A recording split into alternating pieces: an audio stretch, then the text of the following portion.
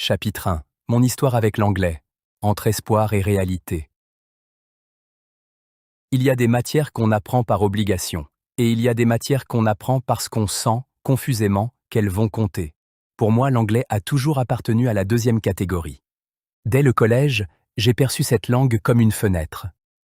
Une fenêtre sur un monde plus large, plus vaste, plus riche en opportunités. Je ne savais pas encore exactement comment elle allait transformer ma vie. Mais je savais qu'elle le ferait. Alors j'ai appris. Comme on apprend en Côte d'Ivoire. En classe, avec les manuels, les exercices de grammaire, les dictées et les versions. J'écoutais mon professeur. Je prenais des notes. Je révisais avant les examens. Et les résultats étaient corrects. Pas exceptionnels, mais corrects. Je comprenais les textes. Je réussissais les évaluations. Je pouvais suivre un cours en anglais sans me perdre complètement.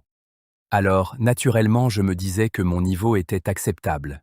C'était ma réalité à cette époque, et je n'avais aucune raison d'en douter. Mais voilà ce que personne ne m'a dit, ni au collège, ni au lycée, ni même à l'université. Il existe deux formes d'anglais, celui qu'on apprend et celui qu'on utilise. Le premier se mesure sur papier.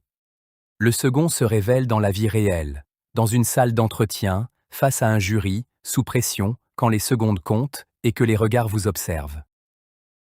Pendant toutes ces années d'apprentissage scolaire, développais uniquement le premier. Je construisais des connaissances, mais je ne construisais pas de compétences. La différence entre les deux peut sembler subtile, elle ne l'est pas. La connaissance, c'est savoir que le mot confidence existe. La compétence, c'est l'utiliser naturellement au milieu d'une phrase, sous pression, sans y réfléchir. La connaissance, c'est avoir mémorisé les règles de grammaire. La compétence, c'est les appliquer instantanément, à l'oral, en temps réel, sans hésitation. J'avais la connaissance, il me manquait la compétence. Et je ne l'ai découvert qu'au moment le plus important, le moment où tout se jouait. Chapitre 2. Le choc du premier échec. Quand le niveau scolaire ne suffit plus. Nous sommes en 2020. Je viens d'obtenir ma licence en électronique, électrotechnique, automatique et informatique. Des années de travail, de sacrifices, de nuits passées sur des cours complexes. Un diplôme que j'avais arraché avec détermination et dont j'étais fier, légitimement fier. Comme beaucoup de jeunes diplômés, je regardais l'avenir avec une ambition claire. Je voulais aller plus loin, me former davantage, saisir chaque opportunité capable de transformer mon parcours. C'est dans ce contexte qu'une bourse d'études a été lancée. Une formation spécialisée dans l'énergie basée sur l'hydrogène vert, à Niamey, au Niger.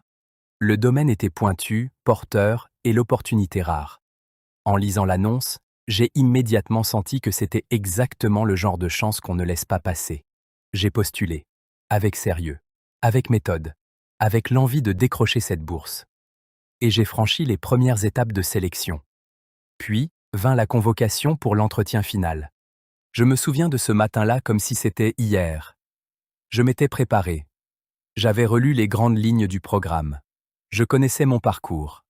J'étais prêt. Du moins, je le croyais. En entrant dans la salle, j'ai ressenti quelque chose que je n'avais pas anticipé. Une tension immédiate. Le cadre était formel. Le silence. Pesant. Face à moi, 3 membres du jury. Un à ma gauche, un à ma droite. Un directement en face de moi. Leurs regards étaient posés sur moi avec une attention froide, professionnelle, sans hostilité, mais sans chaleur non plus. Leur posture, leur manière de tenir leur stylo, leur façon de me regarder entrer dans la pièce. Tout indiquait que cet échange serait décisif. L'entretien a commencé, en anglais. Les premières questions étaient simples, directes, parfaitement compréhensibles. On me demandait si je pourrais m'adapter à la vie à Niamey, au climat, à la nourriture, si j'étais prêt à suivre une formation longue et exigeante loin de chez moi. Je comprenais tout, chaque mot, chaque phrase, chaque nuance. Dans ma tête, les réponses étaient là, claires, précises, bien construites. Je savais exactement ce que je voulais dire. Mais au moment d'ouvrir la bouche, quelque chose s'est bloqué. Les mots en français étaient parfaitement alignés dans mon esprit. Mais leur traduction en anglais refusait de venir. Ou venait en désordre. ou arrivait trop lentement. Alors, je cherchais. Et pendant que je cherchais, le silence s'installait. Et pendant que le silence s'installait, le regard du jury pesait un peu plus lourd. Et pendant que ce regard pesait, le stress montait. Et pendant que le stress montait, les mots se faisaient encore plus rares. Un cercle, silencieux, implacable, qui se refermait sur moi à chaque seconde. L'entretien s'est terminé, pas dans l'éclat d'une bonne performance.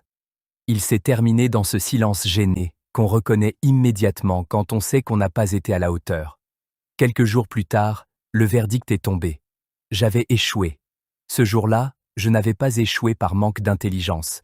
Je n'avais pas échoué par manque de travail. Je n'avais pas échoué parce que je ne méritais pas cette bourse. J'avais échoué parce que je n'étais pas capable d'utiliser ce que je savais dans une situation réelle. Et cette différence, entre savoir et savoir utiliser, allait devenir l'obsession qui a transformé ma vie.